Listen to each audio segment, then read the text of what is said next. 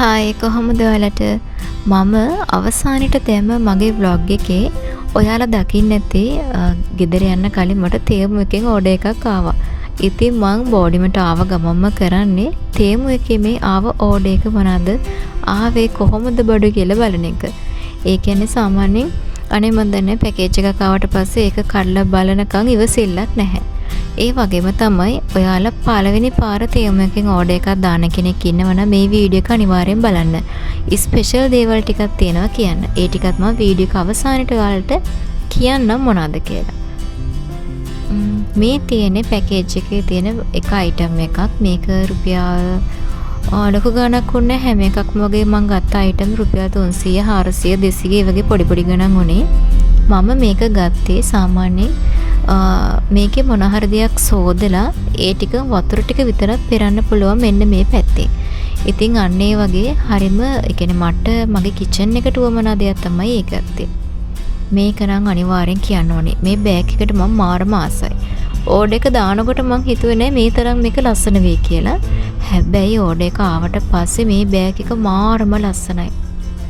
හරිම කම්ෆර්ටබල් ගතියක් තියෙන්නේ. මේ වීඩියෝ එකේ පේනවට වඩා මේකේ කලර් එක හරි ලස්සන කලර් එකක් තියෙන්නේ.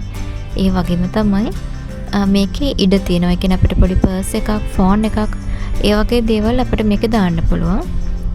ගෝල්ඩ් කලර් එකෙන් තමයි චේන් එක තියෙන්නේ. ඔයාලට පේනවා ඇති මේ බෑග් එක හරිම ලස්සනයි. මේ බෑග් එක මට මතක හැටියට උනේ රුපියල් 500ක් හෝ 600ක්. ලොකු ඩිස්කවුන්ට් එකකට මම මේ බෑග් එක ගත්තේ. මේක උපරිම 600ක් වගේ තමයි උනේ. ඇත්තට මේ බෑග් එක ගොඩක්ම ලස්සනයි. ඒ ගානට ගොඩක්ම ලාභයි.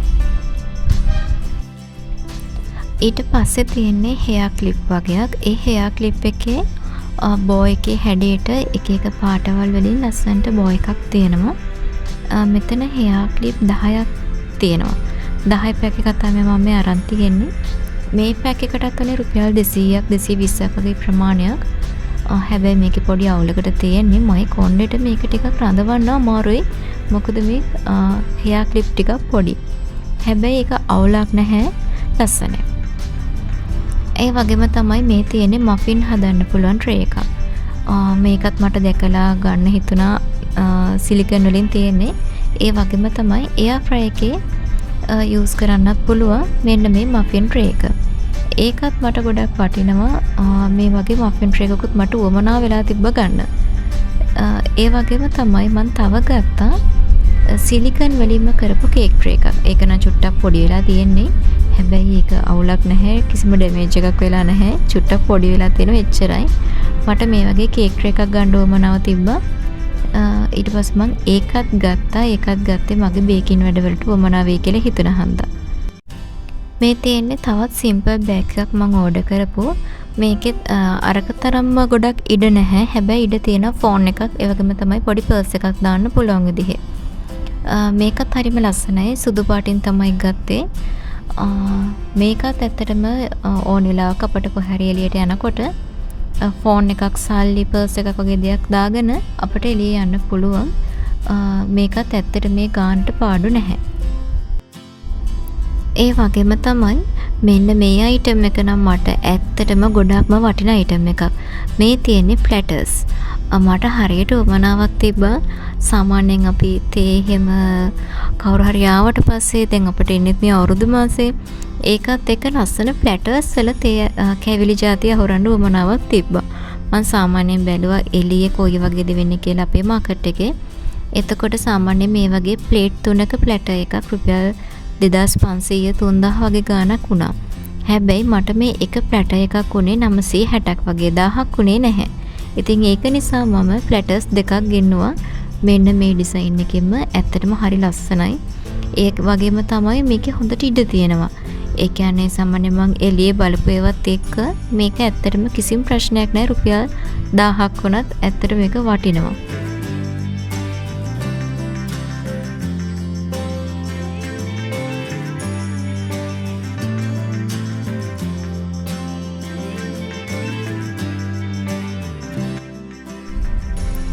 ඊළඟට මම ගත්ත අයිටම් එක තමයි මෙන්න මේක.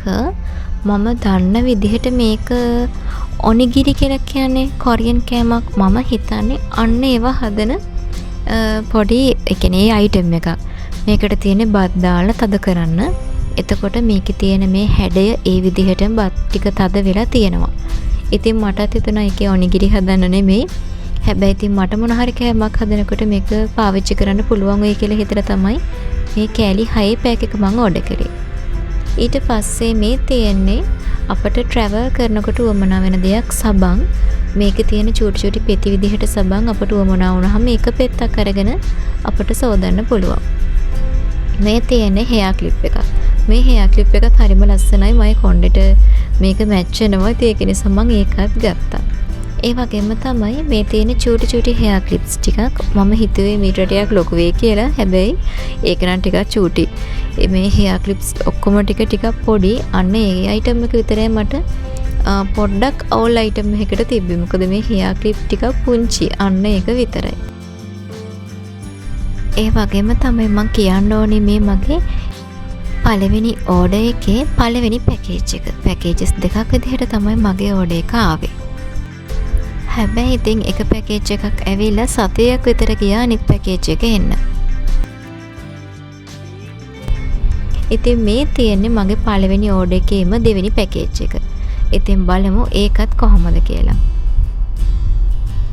ඒ වගේම දෙයක් තියෙනවා කියන්න. හැබැයි දැන් නම් ළමයි පැකේජස් එන්න ටිකක් පරක්කුයි. මම දාලා සති 3ක් විතර ගියා මට පැකේජස් මගේ අතට හම්බ වෙන්න. සමහරුන්ට නම් මම දැක්ක ගොඩක් අයට හරිම ටයිම් එකට හම්බ වෙලා තියෙනවා. හැබැයි මට නම් හම්බ වුණේ නැහැ. මේ ඩෙක් ෂූස් මම දැම්මේ අපේ මල්ලිගේ බර්ත්ඩේ එකට. ඔයාලා දන්නවනේ කලින් වීඩියෝ එක මම දාලා තියෙන අපේ මල්ලිගේ බර්ත්ඩේ එක. ඉතින් එයාට නිකන් යූස් කරන්න දෙන්න තමයි මේ ඩෙක් ෂූස් මම ඕඩර් කරලා තිබ්බේ. හැබැයි ඒක බර්ත්ඩේ එක පහ වෙලා තව සතියක් ගියට පස්සේ වගේ තමයි මට මේ ඩෙක් ෂූස් ටික ඒ කියන්නේ මේ පැකේජ් එක හම්බ වුණේ. මේ කළු පාට ඩෙක් ෂූස් දෙක නම් ඇත්තටම ගොඩක් හොඳයි. සුදු පාට දෙකත් හොඳයි. හැබැයි ඉමේජ් එකේ තිබ්බ කලර් එකම නෙමෙයි ටිකක් අලු පාටක් වගේ තිබ්බේ. හැබැයි මේක නම් තනි සුදුයි. හැබැයි ඉතින් අවුලක් නැහැ. මේ ඩෙක් ෂූස් දෙකටම ගිය රුපියල් 4000 ගාණයි. එකක් වෙන්නේ එතකොට 2000 ගාණක් වගේ. ඒක නිසා අවුලක් නැහැ. ඒක ෂේප්. ඊළඟ අයිටම් එක තමයි පොඩි බොක්ස් එකක්. සාමාන්‍යයෙන් මම එක එක දේවල් ගැන චූටි චූටි දේවල් ස්ප්‍රින්කල්ස් ඉතුරු වෙච්චා. ඒ වගේ චූටි චූටි දේවල්. ඉතින් මට පුළුවන් මෙන්න මේ බොක්ස් එකේ තියෙනවා කොටස් විදිහට කොටස් 8ක් විතර තියෙනවා. ඉතින් මට පුළුවන් අන්න ඒ වලට දාලා තියන්න. ඉතින් අන්න ඒක නිසා තමයි මම මේක ගත්තේ. හැබැයි ලොකු අයිඩියා එකක් තිබ්බේ නැහැ ගන්නකොට ඇයි ගන්න එහෙම කියලා. හැබැයි දැන් මට හිතෙනවා මම මේක ගත්තේ කියලා. හැබැයි ඉතින් අවුලක් නැහැ. ඒකෙනුත් ප්‍රයෝජනයක් ගන්න පුළුවන්. ඊට පස්සේ මම ගත්තේ පාපිස්සා. ඒක නම් මට දැක්කට පස්සේ හරි ලස්සනයි. ඒක නිසා මට හිතුණා මේක ගත්තොත් හොඳයි කියලා. අන්න ඒක නිසා තමයි මම මේ පාපිස්සා ගත්තේ. ඒකත් හැබැයි හොඳට කම්ෆර්ටබල්. ඒ කියන්නේ හොඳ ස්පොන්ජ් එකක් වගේ තියෙන පාපිස්සා. ඒ වගේම තමයි මම දැන් කියන්නේ ඔයා ඉස්සෙල්ලාම තේමු එකකින් ඕඩර් එකක් දාන කෙනෙක් නම් ඔයා සිලෙක්ට් කරගන්න ඉස්සෙල්ලාම තමන් කැමති දේවල් සිලෙක්ට් කරගන්නවනේ. ඒ දේවල් ඔක්කොම අපි කාර්ට් එකට සේව් කරගන්නවා. හැබැයි අපි එක පර්චේස් කරන්න යනකොට සාමාන්‍යයෙන් කාර්ට් එකේ තියෙන දේවල් සේරම ටික එකපාර සිලෙක්ට් වෙලා තියෙන්නේ. ඒක නිසා අනිවාර්යයෙන්ම ඉස්සෙල්ලාම එතන තියෙනවා all කියලා බටන් එකක්. අන්න ඒ බටන් එක අයින් කරන්න. එතකොට කාර්ට් එකේ තියෙන ඔක්කොම සිලෙක්ට් වෙන්නේ නැහැ. Tamanට අවශ්‍ය අයිටම් එක විතරක් සිලෙක්ට් කරන්න. ඒ වගේම තමයි හැම අයිටම් එකකම ඩිස්ක්‍රිප්ෂන් එක මොකක්ද කියලා හොඳට බලන්න. ඒ වගේම තමයි රිවිව් බලන්න. දාලා තියෙන ඉමේජස් මොනවද කියලා හොඳට බලන්න. ඒ වගේම තමයි ඇඳුමක් වගේ නම් මැටීරියල් එක මොකක්ද ඒ වගේ දේවල් හොඳට බලන්න. ඒ වගේම තමයි අපි අයිටම් එකක් සිලෙක්ට් කරලා කාර්ට් එකට දාලා ගොඩක් කල් ඉන්න බෑ. සමහරක් වෙලාවට ඒ ෂණිකව almost sold out කියලා වැටෙනවා. අන්න ඒක ගැනත් අපි විමසිල්ලෙන් ඉන්න ඕනේ.